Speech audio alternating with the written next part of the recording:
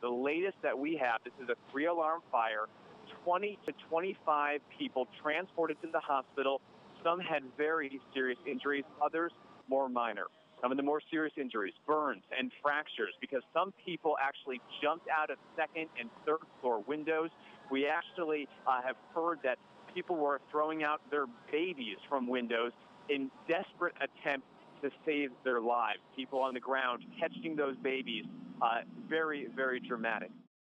This is what's going on at 11:55. There was an explosion. That's when the calls started coming in that created a partial collapse of this building and a fire. And it was a large fire. Over 100 firefighters had to be called to the scene here, and just a tremendous amount of activity. And we understand that before these firefighters even arrived, families were basically, they felt that there was no other choice but to jump off of the balconies. We saw video, our photographer, overnight photographer Luis Urbina, capturing video of one family that actually threw their infant, their newborn, out a window to residents down below. That baby rushed to the hospital. We understand the baby is going to survive. The building shaked, and we thought somebody left a bomb, but when we got out, there's like fire all over the buildings, and it spread it to another building. We all got scared, and there are a lot of people screaming for help. That is the apartment building that has the partial collapse. You can see the lights shining on the building where it collapsed. There's a street and then this entire parking lot. This is ATF police that are examining a metal door that apparently, when the explosion occurred, rocketed through the air and came to a rest here on this grassy knoll. What's the mindset of the folks in here?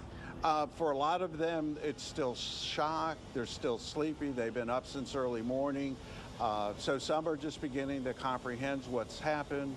Some are in the process of already making plans to move in with friends and family. So it's the entire gambit of emotions. And again, you've got to factor into that these folks were getting ready for bed or already in bed, and their houses basically exploded. At this time, information identifies between 5 and 7 residents unaccounted for. That's 5 to 7 residents within the building who are still identified as missing at this moment. I want to show you a photo here. This is a young girl I ran into overnight. There were tears coming from her eyes, quite frankly. I asked her what was wrong. She told me that her uncle lived in this building. He was on the ground floor directly where the collapse occurred. I wanted to also show you a photo here if you come back to us live on my cell phone. This is a man I also ran into. He lives in an adjacent building. He says that after he felt the ground rattle, he ran outside and saw 3 people yelling from a 3rd floor window. One of his friends who was with him at the time actually caught a young child that those people threw from a 3rd floor window, absolutely panic-stricken. These are people that were not able to get out through their front door and through the hallways because fire had just consumed the building. We're talking very terrifying moments for those people inside. We are just now getting a bird's eye view as News Chopper 7 is up over the scene for the first time as day breaks and the sun slowly starts to come out, and we're able to see just the extensive damage that our reporters there on the scene have been talking about all morning long. He says, I ran and saw a woman and 2 small children screaming for help on the bottom floor. I pushed the window in and helped them get out before it was too late. Listen to what he says happened next.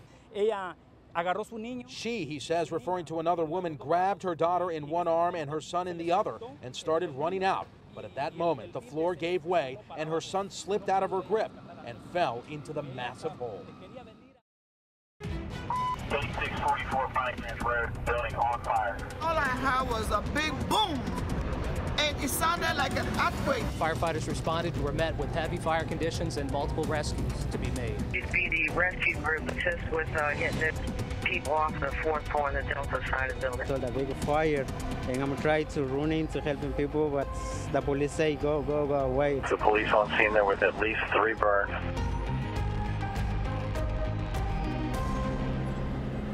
We continue to follow that deadly explosion of an apartment complex here in Silver Spring, Maryland. A horrific scene. We know 2 people are dead, others are missing, as many as 90, maybe 100 people now without a home. Thank you for being with us this afternoon. We will be out here all evening long. Let's start it off this afternoon with our Maryland Bureau Chief, Brad Bell, to talk about what we know at this hour. Brad? Yeah, Jonathan, like you, I'm being kept just about 100 yards from the scene, but if you take a look back over here, you can see that it is now crawling with rescue workers, investigators, both federal, local, and state, trying to figure out exactly what happened and mindful that still buried beneath that wreckage are at least 2 victims. It is a terrifying scene, a raging, out of control, gas-fed fire. People are trapped, yelling. Help, help. They've been calling people to help, but they was on the 3rd floor. So the only way we can help them if they jump from the 3rd floor. A baby is dropped to safety from the burning building. My friend caught the child. Our camera captures the rescue of a couple from their upper floor window. In all, 30 people suffer various injuries. 3 firefighters are hurt, and we now know at least 2 people are dead. Their bodies spotted, but still buried in the rubble of the collapsed building. Several more people are believed to be missing and may also be under all that debris. His family says 9-year-old David Morales is among the missing. We have not identified these victims at this time, and our efforts will continue in that area. It all started with a massive explosion, felt miles away. Like thundered and kind of shook the house. Firefighters arrived quickly, but it takes 1 hour and 45 minutes to turn off the gas. In addition to the casualties, many are displaced, including Eric Gomez. I feel bad, man. We got my things, all tools, clothes, some money. Everything's gone. Yeah, everything's gone. Well, he's lost all his belongings, and clearly others have lost much more than that. Police sources telling me that they just don't know how many people may be missing and how many may still be buried in that rubble. They're trying to work with the community to determine how many people were living in each of the units and who may have been home at the time. And as for a cause of this blaze, we're told it is far too early to know. But among the things they will be looking at are reports that as recently as several weeks ago, someone in this building called 911 to report the odor of gas. In Silver Spring, Brad Bell reporting. Brad, thanks very much. And I know the videotape really doesn't do justice to the damage of this building. When that blast went off, there were people 6 miles away that felt this blast. I'm going to show you a map real quick so you can get a better idea. 1 mile away, just a 1 mile radius, there is a firehouse within that radius on this map. The firefighters were here very quickly. They were shaken out of bed. They heard and felt this blast as well, and when they got on the scene, they were up against an enormous fire. Now, as a result, there's so much damage between these 2 apartment buildings, 90, 100. It's hard to figure out the exact number of people that are without a place to live. But the Long Branch Community Center has been opened up now. That has become a makeshift home for all of these people, at least for now. Our Richard Reeve picks up our team coverage. He joins us now live. Richard? Jonathan, this has been a heart-wrenching scene. We've seen mothers, fathers, young kids, all with literally nothing except what's on their backs. That's what they had when they fled this fire. You can see they have a bus here set up for some of these folks to go out and check in with relief agencies to try to find a place to live, find some food or clothing. But again, just controlled chaos here for most of the day. Now, there is some good news. We can see some video here. The Red Cross, volunteer organizations, local organizations have been here, including a local giant that's just across the street. The manager there says, look, these are my customers. They shop in my store. I want to return the favor. So he and his employees came out here with water, food, diapers, all kinds of items. Many of these folks, again, literally have nothing. Now, most found their family members, but as we heard from Brad Bell, there are still some missing folks out there. The first priority for these families is to find their loved ones. The second, to find a place to live. Many who are staying in this shelter tonight say they are still in shock. I got to wait for some manager for the building to come to talk to people. So how they're going to do it with the people, where you're going to stay the people's doing. And I don't know.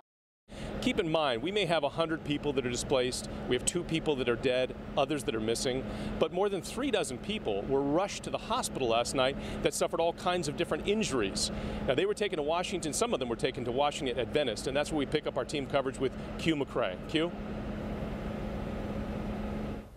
Yeah, you know, Jonathan, the stories I'm hearing from victims today out of this hospital, they're amazing stories. Stories of despair, stories of survival, and stories of hope, especially when it comes to a mother named Maria Esperanza, a mother who continues to search for her son this afternoon. Here's a picture of the little guy, handsome little boy, just 3 years old. His name, Josue Hernandez, and he's his mother's only child. And according to his mother, she last saw him in their burning apartment. She told me about, an hour or 2 ago, that she was in the kitchen when she heard the blast. She then ran to her toddler's room. When she opened the door, she watched as his room's floor collapsed. It fell 1 story into the apartment below. Fire was everywhere, the heat unbearable. She refused to leave her baby behind, and it took firefighters to get her out of the burning building to save her. And this afternoon, she is convinced her son is still alive. Corrí porque si no me iba a caer yo también allá al fondo. You don't even imagine her pain, like what she's going through right now about her son. And I just want to reach out. If anybody can please help. And please. Well, that was Nelson Acevedo, a family friend, obviously very emotional. Esperanza does not speak English. And again, here's another look at Josue. Now, the mom told me she checked the local hospital, she checked the fire departments, the police departments. There's absolutely no sign of her little boy, but she's praying somehow, some way, he will be returned to her alive this afternoon. And let's hope that happens. In Tacoma Park, I'm Q McCray, ABC 7 News. That would be a prayer answered, Q. Thank you for that. Again, as we take another live look over my shoulder, I can tell you this, that you have federal, state, and local investigators here. ATF is here. Everybody is trying to figure out what caused this explosion last night. You also have the gas company. They have been out here. A lot of their head folks have been out here. The gas is turned off to the area. There are all kinds of forensic teams out here as well. They're trying to figure out exactly what was it that blew this building up and caused the fire that did so much damage and took so many away from their homes and in some cases killed them. It's a horrible situation. It's an emotionally gut-wrenching situation. And Michelle and Alice, as we toss back to you, clearly these are folks right now, they're numb and they're in shock, but they are going to need a lot of help as we go forward. We just felt an explosion like a bomb, and everything started shaking, and everybody started screaming, and everybody started running out. We thank God that we're alive. After I come right in front of the building, the whole front of the building is clamped down. The whole thing is damaged completely. My whole apartment is gone.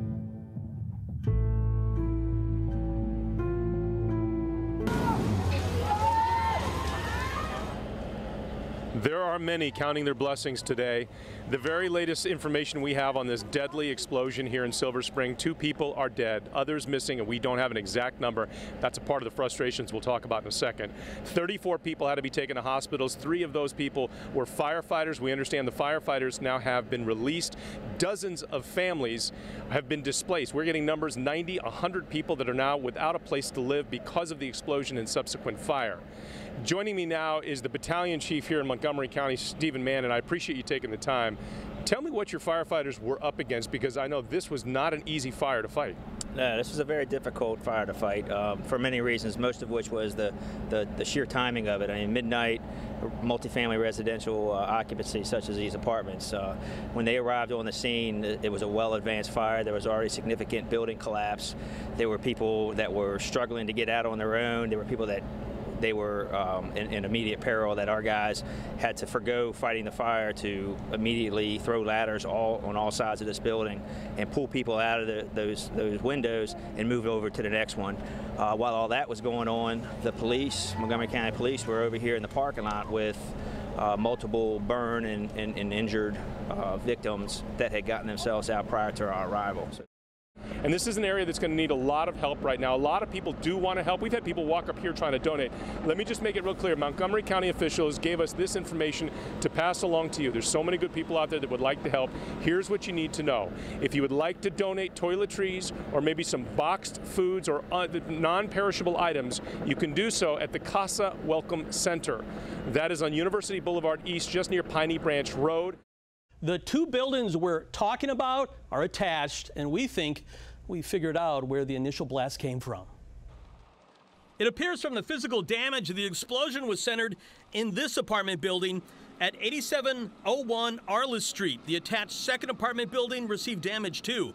They belong to Flower Branch Apartments and were built in 1955. ABC 7 News did some digging, and there hasn't been any complaints to Montgomery County's Department of Permitting Services about the building where the initial explosion took place. We've seen the aftermath of the tragic explosion, but I want to show you through Google Street View what the apartment building looked like on Wednesday. It had 4 levels, 1, 2, and 3 bedroom apartments, the highest rent running $1,500. Each unit has a gas furnace and a gas stove. ABC 7 News has learned a resident called 911 on July 25th about noticing a smell of gas in the apartment building on Arliss Street. Montgomery County officials say firefighters responded and left the scene in 10 minutes. Officials still don't know what exactly happened on scene. Fire officials say earlier this morning it took the gas company more than an hour and a half to shut off the gas to the burning buildings. As of now, our goal is to make the building safe. It's a collapse hazard, and it's in an extremely dangerous condition. So we're in the process of making the building safe so that our operations can continue. We used state records to track down a rep for the owners of Flower Branch Apartments at a downtown business. We paid them a visit, but so far they have no comment.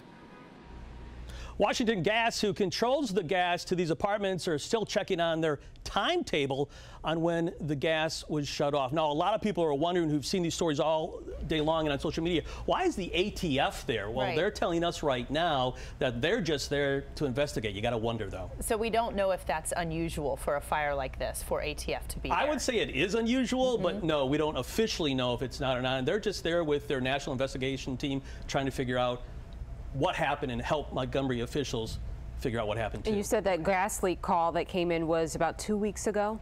Yeah, it was July 25th, and we're checking on that. They're still trying, officials still trying to figure out exactly what the firefighters found when they were there. When we know, I'll let you know. Okay. Thank you, Scott. Now, we have a team of reporters that have been out throughout the day covering this story from every angle. I want to start it off this evening with our Maryland Bureau Chief, Brad Bell, with the very latest on the investigation. Brad? Yeah, Jonathan, I got some new information from one of my sources just a little while ago, and we have been told now that 2 bodies have been recovered, have been removed from the debris field from underneath this fallen structure, and that searchers have found a 3rd body but have not yet removed that person from the rubble. Sadly, we have also been told that they do have reason to believe that there are more than those 3 in the rubble. So tonight, for many families out here, the agonizing wait for news continues. How about this? There was a couple, they had firsthand experience of this blast because they were getting into bed. This was about 11:45 last night. She smelled gas. The next thing you know, this couple was free falling in an explosion. Tim Barber picks up this incredible story. Tim, what happened?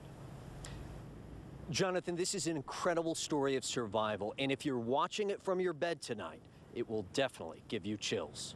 Building on fire. Straight like a bomb. This all happened so fast.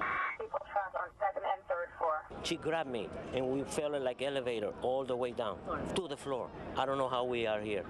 This is like a movie, I'm telling you.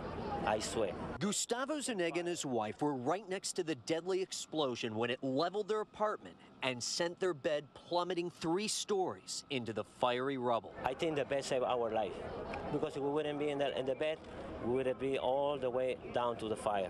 That's right. The family credits their mattress for cushioning their plunge and allowing them to walk away with only cuts, burns, and bruises. I lost everything. Everything that I built for 9 years, I lost it. Right before Wednesday night's blast, Zuniga's wife smelled gas. I mean, I didn't listen. I don't know what happened. And then I turned the light off, That's when I sit in the bed, boom, all the way will come down. Because they're about to fall asleep, they had to stumble through the scorched wreckage, burning their bare feet all the way to safety. Always I wear it, always. So thank God. God and their mattress. Third floor, come in the bed all the way down.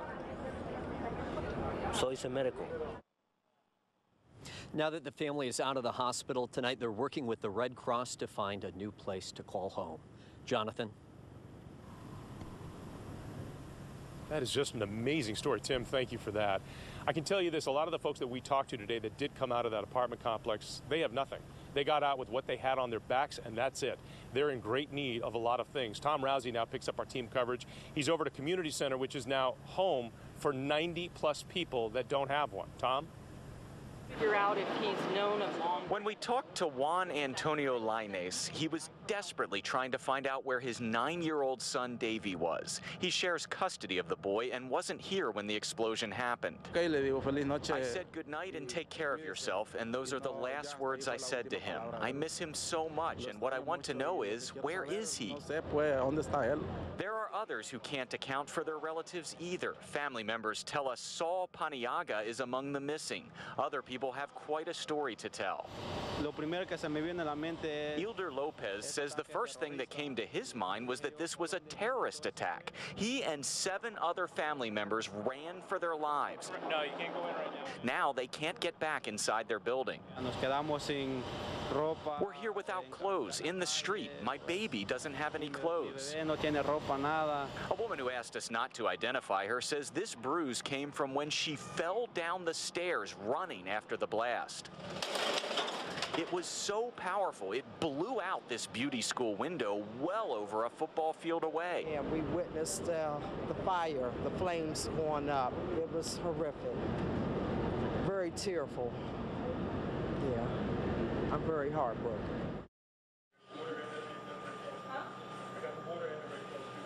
Now we're here at the Long Branch Community Center, and inside this building right here, roughly 200 people with nowhere else to go are spending the night this evening. Now, they have not been encouraging folks to bring donations directly here, but look how many they've been receiving anyway. All that water, all those other items. They actually say they're completely overwhelmed here, so they're encouraging folks to actually bring donations nearby on University Boulevard. Casa de Maryland has a welcome center. That's where they want folks to bring things, because not only do they have a lot of donations here, they have a lot of people. A lot of these folks who were in that apartment building are immigrants. They don't have family members they can stay with in the area, so they have nowhere else to sleep but in this community center tonight. Reporting live in Silver Spring, I'm Tom Rousey, ABC 7 News.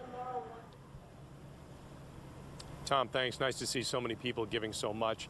I can tell you this, the Montgomery County Fire Department did an amazing job when it came to rescuing people off their balconies. They were, before they could even fight the fire, they were trying to rescue people. This afternoon, I got an exclusive tour outside the building with the Battalion Chief Stephen Mann. He talked about this fire, and he talked about what his firefighters were up against.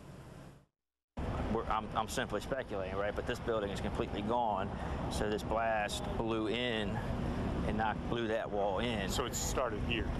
I mean, this is just, there's nothing structurally left of this place right here, except what looks like a roof. That's it. Right. There's no floor separating the units. What you're looking at in this hole here is a roof and 3 floors pancaked on top of one another. And that's what is going to be our challenge over the next, really, probably several days at least, to meticulously delayer that in a way that allows the investigation to continue, but keeps us moving forward to making sure that we don't have anybody else unaccounted for in there. And you have no idea right now how many people are missing? No. That I mean, has the police, to be very frustrating. It is frustrating. You know, the police have worked very hard all day. Real well, that's an understatement. They've worked since last night to identify everybody that should be in here and their location. You know, and they went from a list that was a pretty large list of missing at first light today, and they were able to, through their investigative techniques, eliminate many of them. But they're not ready to say how many they're still trying to put together. Obviously, there is great need here in this community. If you would like to help, you can donate toiletries, canned goods, boxed food, non-perishable items, clothing. It can all go to Casa Welcome Center. That's on University Boulevard. That is east near Piney Ranch Road. There are other ways you can give as well, and we put that on our website at WJLA.com. And while you're there, you can sign up for breaking news text alerts. If anything happens in the community, breaking news happens, your phone lights up right away. You'll be the first to know. That's the very latest from Silver Spring. I'm Jonathan Elias, ABC 7 News. Allison, back to you. John, so many stories out there that just break your heart, and those parents, I just cannot imagine the horror. Please keep us posted. Thank you so much. And we're going to get to some other news of the day today, still ahead at 11.